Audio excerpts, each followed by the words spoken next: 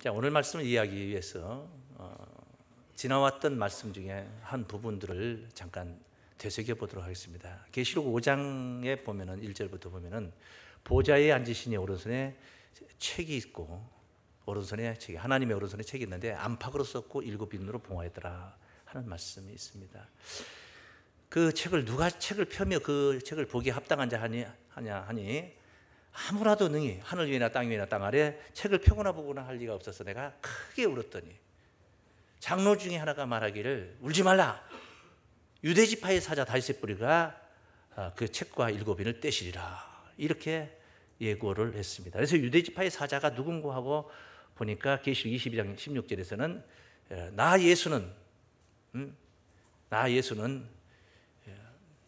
내 사자를 보내어 이것들을 너에게 증거하였노라 하시고 나서 나는 다윗의 뿌리요 광명한 자손이니 광명한 새벽별이다.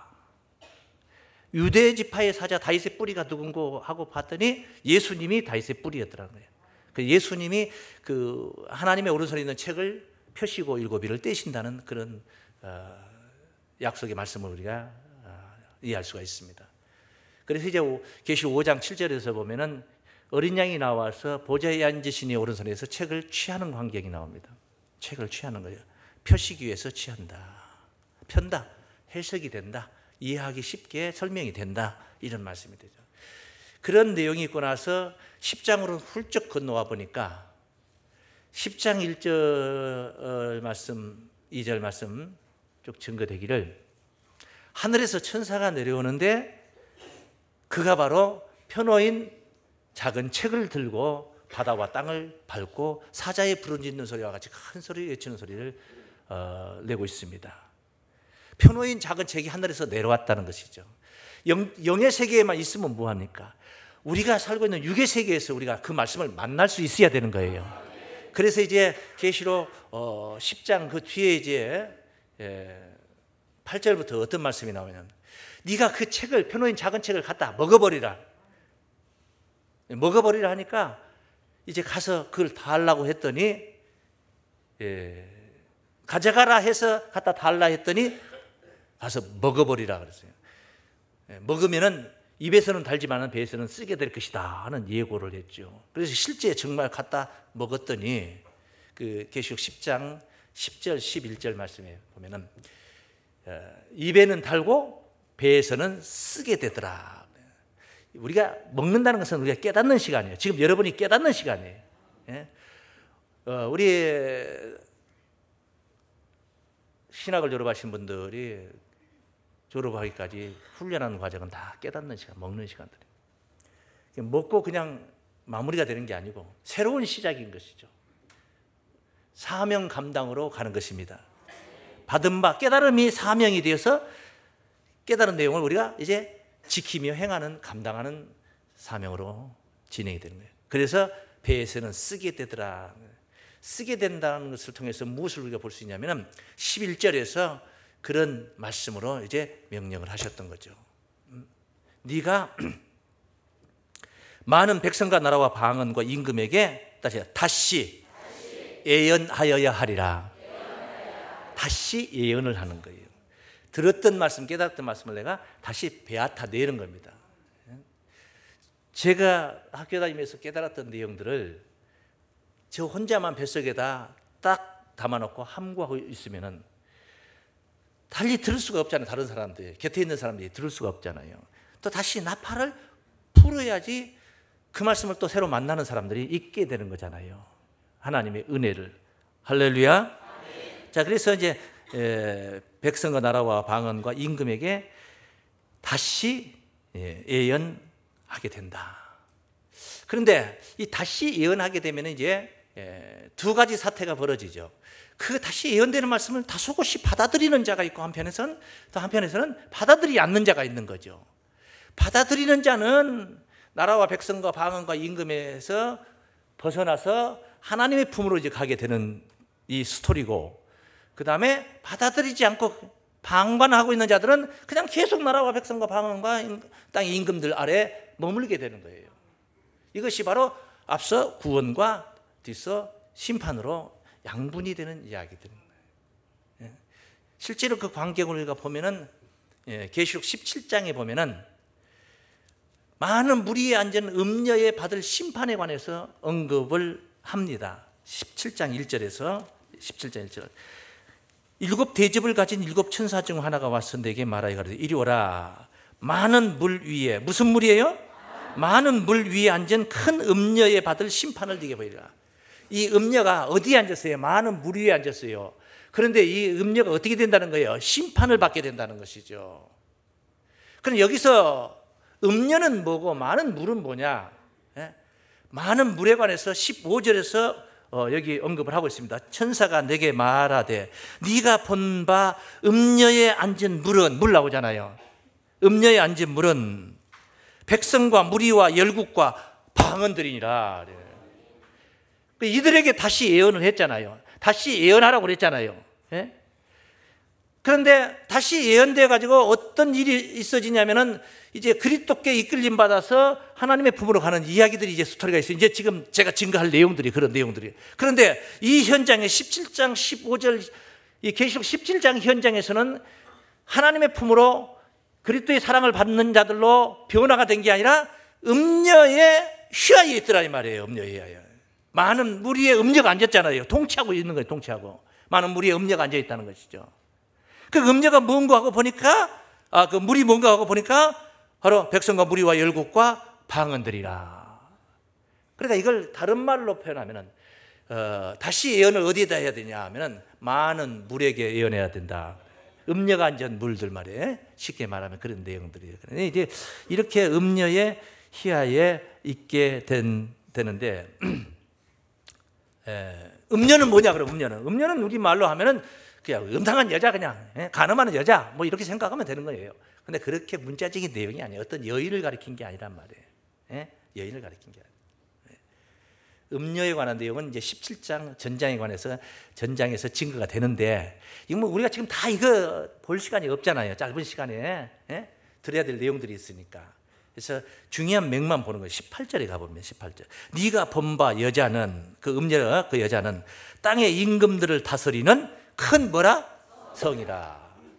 그래 그 임금들에게 가서 전해라 했는데 다시 예언하라 했는데 그 임금들을 다스린 자가 누구냐면 음녀라 이거죠.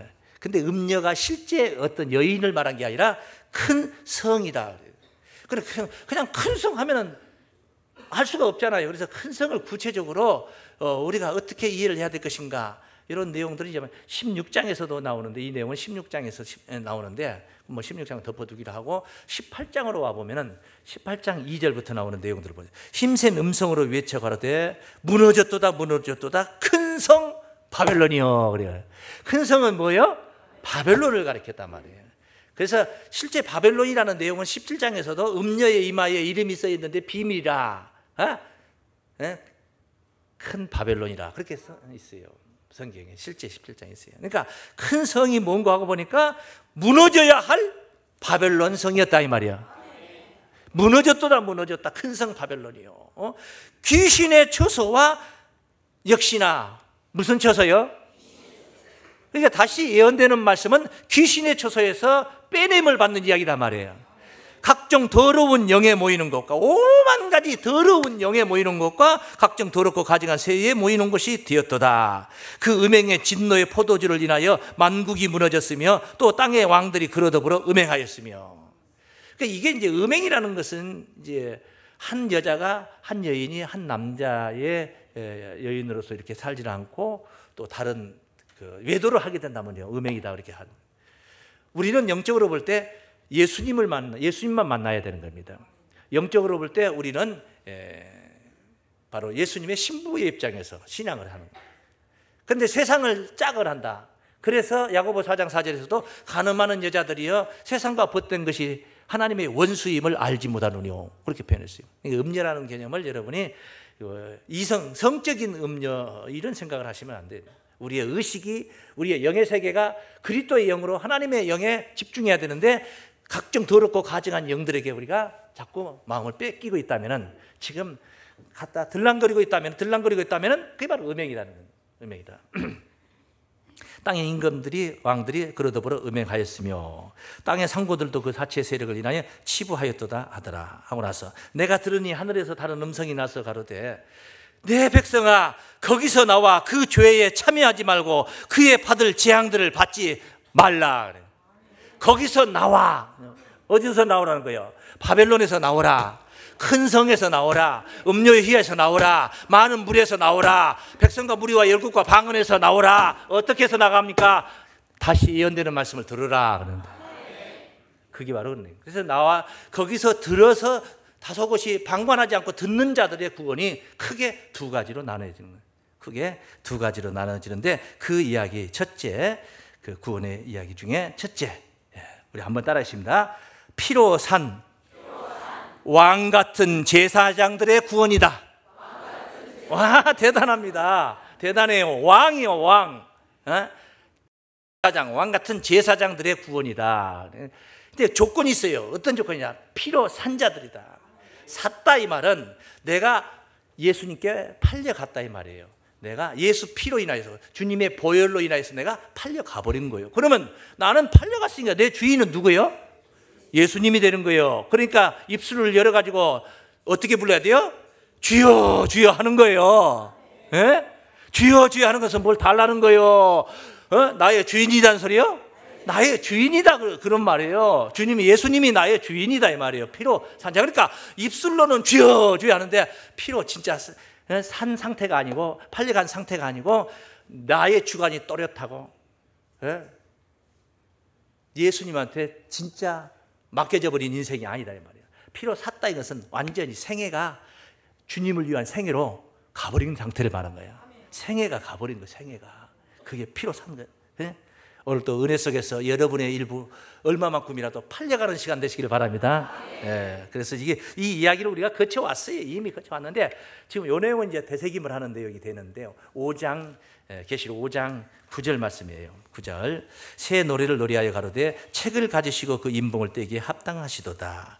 일찍 죽임을 당하사 예수 그리스도의 십자가의 사건을 얘기하는 거예요.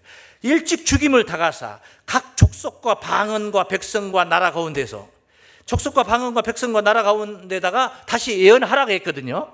그런데 그 가운데서 사람들을 피로 사서 하나님께 드리시고 피로 사서 하나님께 드리시고 그 가운데서 그 음녀가 있는 그 물이잖아요. 예? 나라와 족속과 방언과 이 음녀가 있는 그곳에서 쉽게 말하면 피로 사가지고 십자가의 사건으로 십자가와 연합하여 예수 십자가와 연합하여 나는 죽고 내가 언제 죽었어? 십자가상에 예수가 죽었는데 그게 바로 나 죽은 것이다. 이렇게 우리가 믿는 거예요. 생각을 하는 거예요. 이렇게 의식을 하는 거예요. 그래서 그런 상태, 그래서 나는 이제 주님 겁니다. 이런 상태로 신앙이 되었을 때 피로 산 상태가 되는 거예요. 그래서 예수님이 혼자 가지고 있는 게 아니라 하나님께 드리시고 우리가 하나님께 갔으니까 얼마나 다행입니까? 음녀에게 가버려. 누가 나를 잡아다가 나를 사다가 음녀한테 팔아버리면 어떻게 되는 거예요? 아니잖아요. 하나님께 드리시고 그래서 하나님 것이 되는 거예요. 나는 하나님 것이에요. 나는 하나님 것이다. 피로 사서 하나님께 드리시고 저희로 우리 하나님 앞에서 나라와 제사장을 삼으셨으니 할렐루야. 저희가 땅에서 다시면 왕노릇 하리로다. 그러니까 제가 앞서 말씀드린 이야기가 피로 산 왕 같은 제사장 이런 구원이라는 얘기가 그냥 벌로 하는 소리가 아니에요. 성경을 의거하여서 드린 말씀이란 말이에요. 이들이 피로 사서 하나님께 드리짐으로 말미암아 땅에서 왕노릇할 제사장이 됐다는 것은 바로 어떻게 된 거예요? 다시 예언되는 말씀을 듣고 나라와 백성과 방언과 임금에게서 빼냄을 받았다는 얘기가 되는 거예요. 빼냄을 거기서 빼냄 받아서 하나님께 간 거예요. 할렐루야. 이게 대박팔자예요. 이게 이렇게 해서 우리의 구원이 영광스러운 구원이 보통 구원이 아니에요. 이 구원은 보통 구원이 아니에요.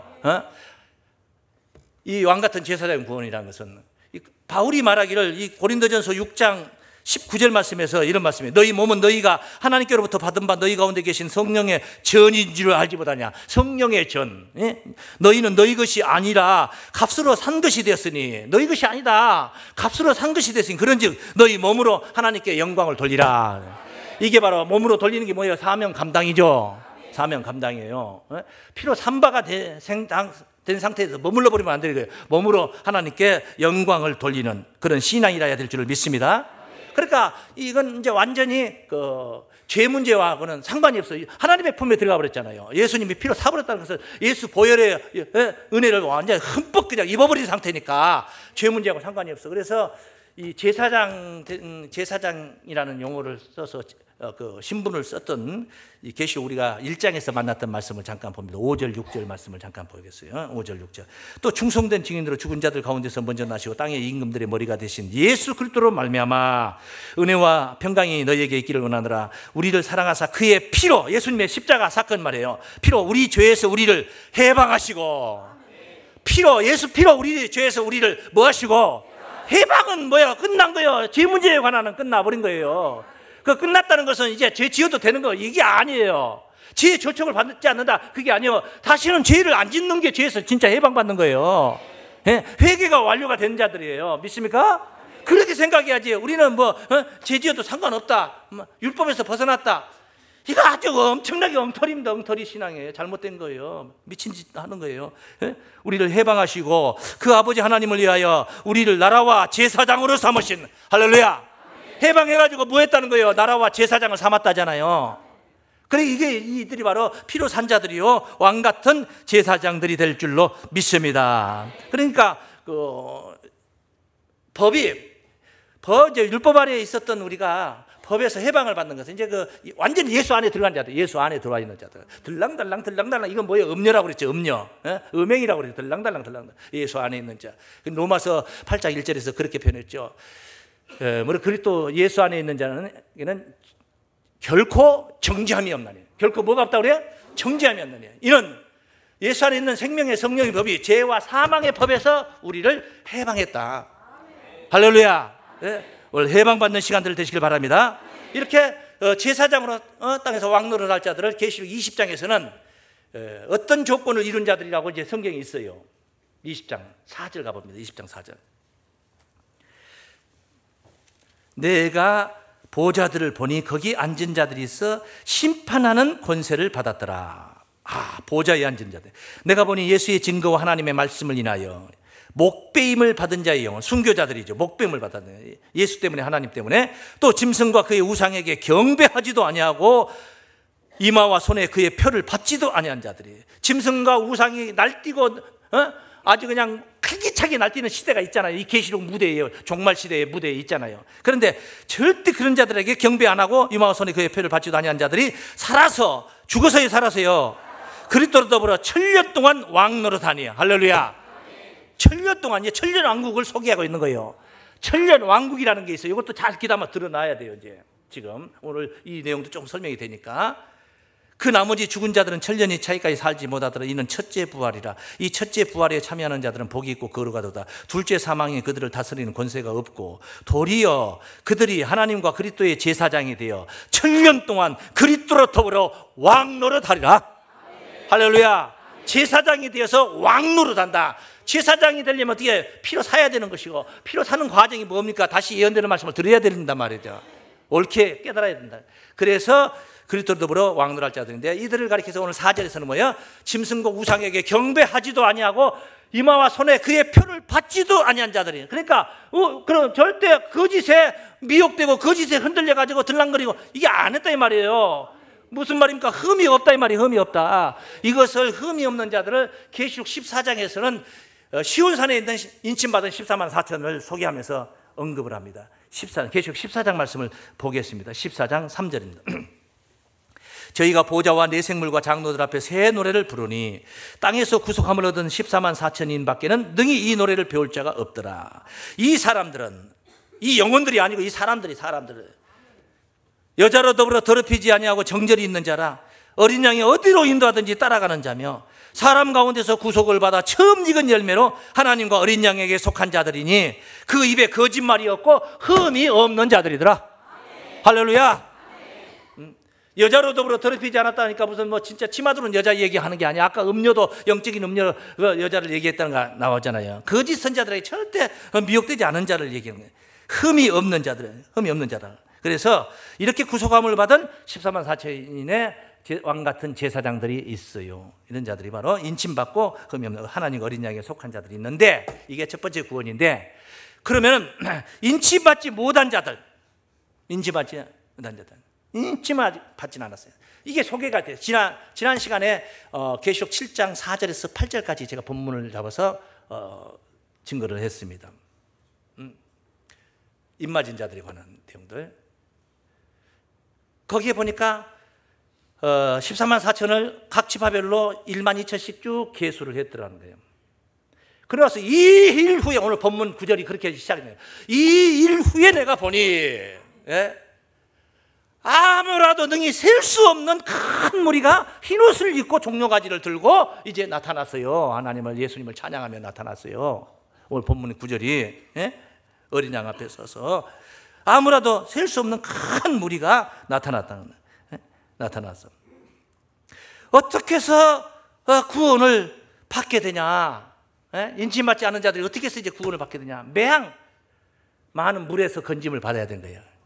나라와 백성과 족속과 방언들에게서 빼냄을 받아야 되는 거예요. 그래서 다시 예언되는 말씀, 표노인 작은 책의 말씀을 듣는 겁니다.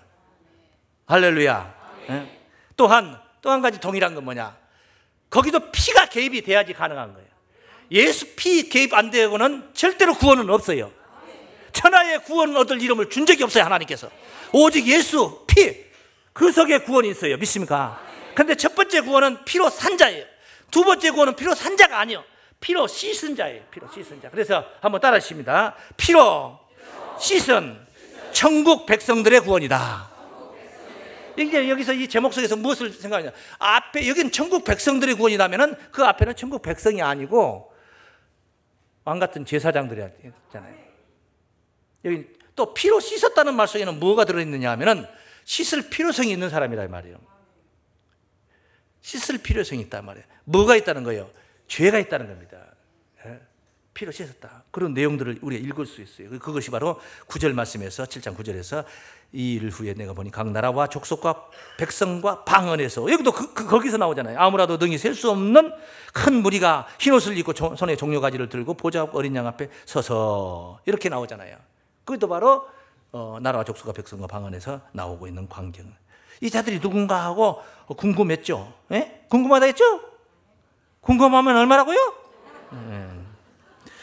7장 13절에 13장 장로 중에 하나가 응답하여 내게 이르되 이 흰옷 입은 자들이 누구며 또 어디서 왔느뇨? 내가 이르되 내 주여 당신이 알리이다 하니 그가 나더러 이르되 이는 큰 환난에서 나오는 자들인데, 큰 환난에서 나오는 자들, 어린 양의 피에 그 옷을 씻어 희게 하였느니라.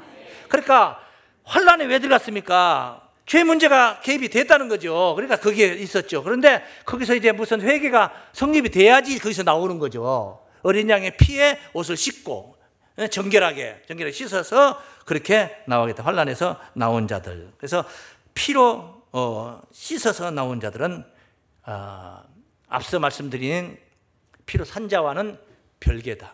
피로 산 자는 숫자가 정해져 있었고 정확한 숫자가 있었어요. 대충 그렇다 이렇게 아니고 숫자가 있었고, 피로 씻은 자들은 능히 셀 수 없는, 아무도 셀 수 없는 적은 무리요, 많은 무리요? 그것을 뭐라 그러냐면 큰 무리라고 표현했습니다. 네? 큰 무리. 그러니까 이렇게 구분이 되는 거예요. 구분이 되는데 하나님 나라는 어떻게 이루어지냐? 그냥 한꺼번에 몽땅 한 군데서 그냥 다 들어가서 사는 게 아니고, 계시록 무대에 들어와 보니까 새 예루살렘이라는 성이 있어요. 성이 있는데 성 안에 들어간 자가 있고 성 밖에 있는 자가 있어요. 성 안과 밖으로 구분이 되어 있다는 것을 알 수 있어요. 그럼 누가 들어가야 되겠습니까? 씻은 자가 들어가겠습니까? 피로 산 자가 들어가는 거. 그래서 왕 같은 제사장이 되는 것이고, 성 안에 들어가는 거. 그다음에 성 밖에 있는 무리들이 있어요. 성 밖에 있는데 크게 그래도 그 세계가 참 좋은 것은 이유가 있어요. 한 가지. 가장 중요한 핵심적인 그것을 하나 제거를 해버린 거예요. 뭘 제거했냐? 사단이를 제거해버린 거예요. 7년 동안 사단이가 없는 세상이 열리는 거예요. 그게 계시록 20장에서 2절부터 증거됩니다. 용을 잡으니 옛 뱀이요 마귀요 사단이라 잡아 1000년 동안 무저갱에 던져 한 거, 잡아 1000년 동안 결박하고 1000년 동안 무저갱에다 집어 던져 딱 결박해서 넣어버려요. 버리고 그 후에는 잠깐 나오리라. 그 후에는 잠깐 나온다 이 말은 천년왕국이 끝나고 나면 잠깐 나온다 이 말이에요. 그러니까 천년왕국이 끝나기 전까지는 사단이가 없어요. 무저갱에 다 갇혔어요. 없는 시대예요. 평화의 나라가 이루어졌다 이 말이에요. 성 아니고 바뀌고 평화의 나라가, 사단이가 없으니까. 근데 그 후에는 잠깐 나오리라 이 말은 천년이 차고 나면은 사단이가 또 나온다요. 나오는데 그 사단의 시대가 길지 않고 잠깐이다. 이해가 되십니까? 그 내용은 이제 계시록 20장에 있는 내용이에요. 20장에 당장에 20장 찾아가 보면은 20장이죠. 용을 잡으니 옛 뱀이요 마귀요 사단이라 잡아 1000년 동안 결박하여 무저갱에 던져 잠그고 그 위에 임봉하여 천년이 차도록 다시는 만국을 미혹하지 못하게 하였다가, 천년 동안 절대 미혹 못하게 하였다가 그 후에는 반드시 잠깐 도일이라. 틀림없이 사단이 나온다. 천년 끝나고 나면 나온다. 이건 약속이니까 하나님이 약속을 꼭 지킬 거예요. 그래서 천년왕국 시대가 이제 6절까지 간단하게 설명을 하고 나서 7절에 이렇게 설명을 합니다. 천년왕국 시대 7절 말씀입니다. 천년이 참해. 천년이 뭐요?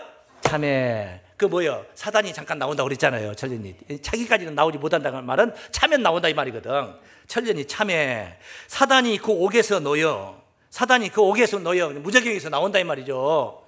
놓여 나와서 땅의 사방 백성 곧 곡과 마곡을 미혹하고 모아 싸움을 붙이니 그놈 버르장물이 천년형을 받고, 천년 동안 무저갱 옥에 갇혔어도 또 나오니까 그놈 버르장물이 또 똑같아요.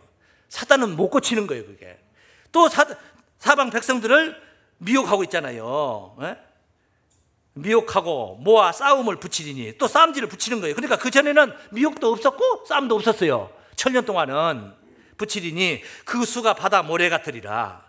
거기에 미혹된 자들이 바다 모래같이 많다 이 말이에요. 저희가 지면에 널리 퍼져, 이 미혹된 자들이 지면에 널리 퍼져 성도들의 진과 사랑하시는 성을 두르매. 성도들의 진과 사랑하시는 뭘 둘려요? 성을 둘렀다 이 말은 밖에 있다는 거예요? 안에 있다는 거예요? 밖에 있다는 얘기지. 이해가 되세요? 성을 뛰쳐나가매. 그럼 안에 있다는 얘기죠. 성을 둘렀다는 건 밖에 있었다 이 말이에요. 이들이 본래 천년이 차기 전에는 사단의 미혹이 됐어요? 안 됐어요? 안 됐던 자들이잖아요. 그런 자들이 성 밖에서 있다가 사단이 들어와서 또 미혹질을 하니까 그 수가 바다모래와 같이 또 미혹당해가지고 또 성도들의 진과 사랑하시는 성을 두르는 거예요. 그러니까 보니까 천년왕국 시대 때 보니까 성 안에 있었던 자가 있었고 성 밖에 있는 자들이 있었다는 것을 알 수가 있죠. 그것을 뭐 낱낱이 제가 지금 설명할 시간 아니니까, 이 단원이 아니니까 제가 여기서 이 정도 마무리하고, 이렇게 이제 성 안에 들어갈 자와 성 밖에서 누릴 자가 이게 신분이 다르다는 것을 알 수가 있습니다. 예수님께서 예루살렘에 입성했습니다. 요한복음 12장 12절부터 15절까지 보면은 제자들을 데리고 예루살렘, 그러니까 뭐 종려가지를 들고 호산나 다윗의 자손이여 하면서 이스라엘의 왕이로다 하면서 예수님을 이스라엘의 왕이로다 하면서, 그게 예루살렘에 가서 왕 노릇할 줄 알았어요. 제자들은 의기양양해가지고 막 뒤에서 막 호산나 막 하니까 아주 폼 잡고 들어갔는데 거기 가가지고 어떻게 된 거예요? 붙잡혀서 십자가의 길을 가셨어요. 그거는 새끼 나귀를 타고 겸손히 나귀를 타고 들어갔는데 그거는요 십자가의 길이었어요. 진짜 예수님이 이 거룩한 새 예루살렘에 입성하게 되는 날, 좌정하시는 날, 인신받은 자리에 함께 동행하게 되는 놀라운 축복이 있을 줄을 믿습니다. 피로 산 자들의 구원인 줄로 믿습니다.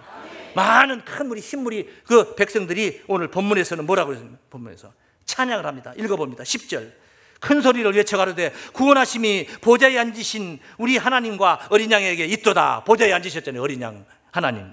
하니 모든 천사들도 다 나와 보좌와 장로들과 내 생물이 주위에 섰다가 보좌 앞에 엎드려 얼굴을 대고 하나님께 경배하여 그러되 아멘. 찬송과 영광과 지혜와 감사와 존귀와 능력과 힘이 우리 하나님께 세세토록 있을지로다. 할렐루야. 여러분이 바로 그런 영광의 찬송의 그 영광의 주역들이 되시기를 주의 이름으로 축원합니다.